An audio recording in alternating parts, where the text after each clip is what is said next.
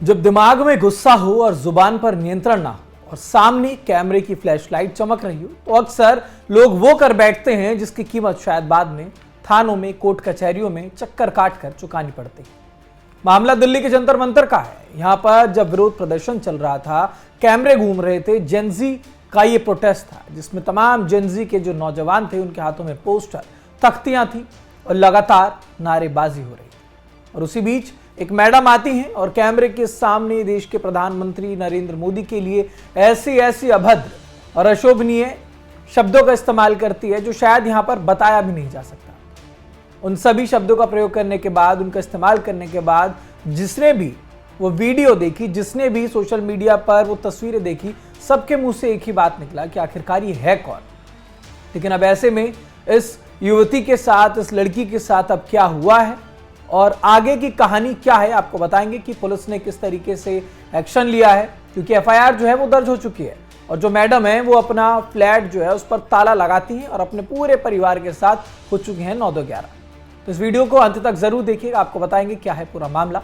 नमस्कार, मेरा नाम ऋतिक ठाकुर और आप देख रहे हैं न्यूज एक्सप्रेस। देखिए, बात शुरू होती है दिल्ली के जंतर मंतर से, जहां पर कॉकरोच जनता पार्टी यानी कि सीजेपी के बैनर तले छात्र और युवाओं का एक आंदोलन लगातार चल रहा था। आंदोलन में तरह तरह के कार्टून आए, तीखे व्यंग्य वाले पोस्टर्स और नारेबाजी भी की गई। तमाम बड़े चेहरों पर ये प्रोटेस्ट चला और कई ऐसे बड़े चेहरे जो कि देश में बड़ी जिम्मेदारियों को निभा रहे थे, उनको खूब सारी जो है गाली गलौच, भारी भरकम शब्दों के साथ स्वागत किया गया।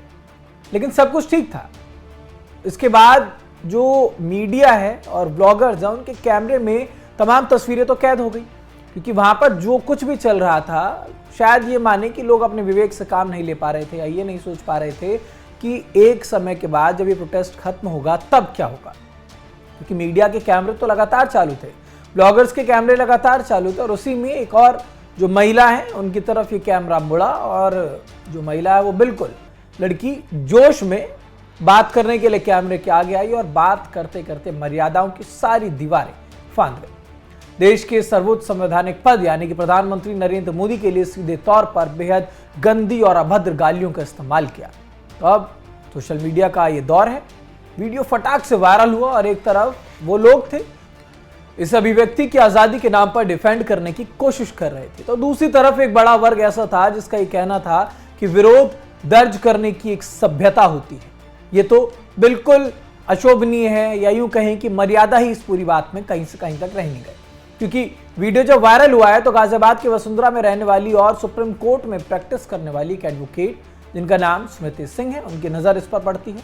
और स्मृति सिंह ने जैसे ही ये वीडियो देखी तो स्मृति सिंह ने साफ साफ कहा, आप किसी नीति का विरोध कर सकते हैं, सरकार की आलोचना कर सकते हैं, लेकिन सार्वजनिक मंच से देश के प्रधानमंत्री को इस तरह की गालियां देना लोक शांति भंग करने और समाज में सौहार्द बिगाड़ने की साजिश है।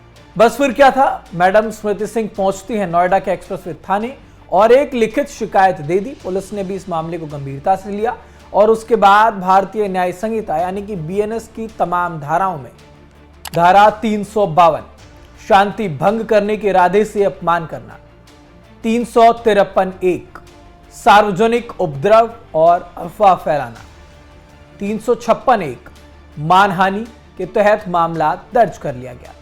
तो ये वो तमाम धाराएं थी जिसके हिसाब से ये जो लड़की है इसके खिलाफ अब एफआईआर की गई और एक्शन लेने की बात चल रही है। लेकिन अब यहाँ जो है एक और कानूनी पेच आप समझिए। कई लोग पूछेंगे कि भाई घटना तो जंतर मंतर की है और उसके बाद केस आप नोएडा में दर्ज कर रहे हैं, तो मैं आपको बता दूं कि इस कानून की भाषा में इसे 0 एफआईआर कहा जाता है। जब कोई अपराध आपके थाने के अधिकार क्षेत्र से बाहर होता है तब भी पीड़ित की शिकायत पर तुरंत कार्रवाई के लिए 0 एफआईआर दर्ज की जाती है। नोएडा के एक्सप्रेसवे थाने ने यह केस दर्ज किया, 0 नंबर दिया और फिर पूरी फाइल उठाकर भेज दी गई दिल्ली पुलिस के पास, क्योंकि घटना जंतर मंतर पर हुई थी। तो अब आगे की जो पूरी जांच है, जो पड़ताल है, वो सब कुछ गिरफ्तारी की जिम्मेदारी अब दिल्ली पुलिस के हाथ में है। बस 0 एफआईआर जो है वो नोएडा में कर ली गई।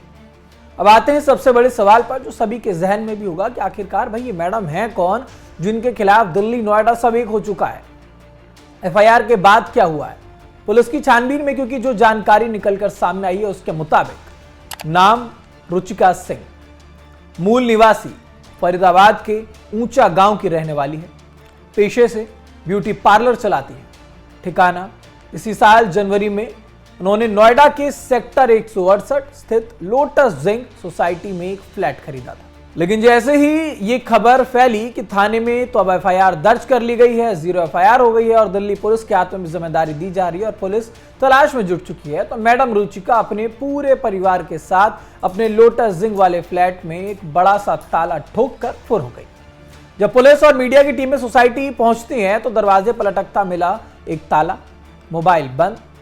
तो लबोलुआब तो फिलहाल यही है कि सोशल मीडिया पर 2 मिनट के रील्स वाले फेम और तालियों के चक्कर में कई बार लोग यही भूल जाते हैं कि कानून की सीमाएं कहां से शुरू होती हैं। विरोध करना लोकतांत्रिक अधिकार है, लेकिन गालियों को एक क्रांति समझ लेना सबसे बड़ी बेवकूफी। फिलहाल दिल्ली पुलिस और नोएडा पुलिस रुचिका सिंह की लोकेशन ट्रेस करने में जुटी हुई है। अब ये देखना होगा कि तालाबंदी करके गायब हुई रुचिका कब तक पुलिस की पकड़ से दूर रह पाती है। आप इस पूरे मामले को कैसे देखते हैं, हमें कमेंट बॉक्स में जरूर बताइएगा। देश दुनिया से जुड़ी तमाम खबरों के लिए देखते रहिए न्यूज़ एक्सप्रेस।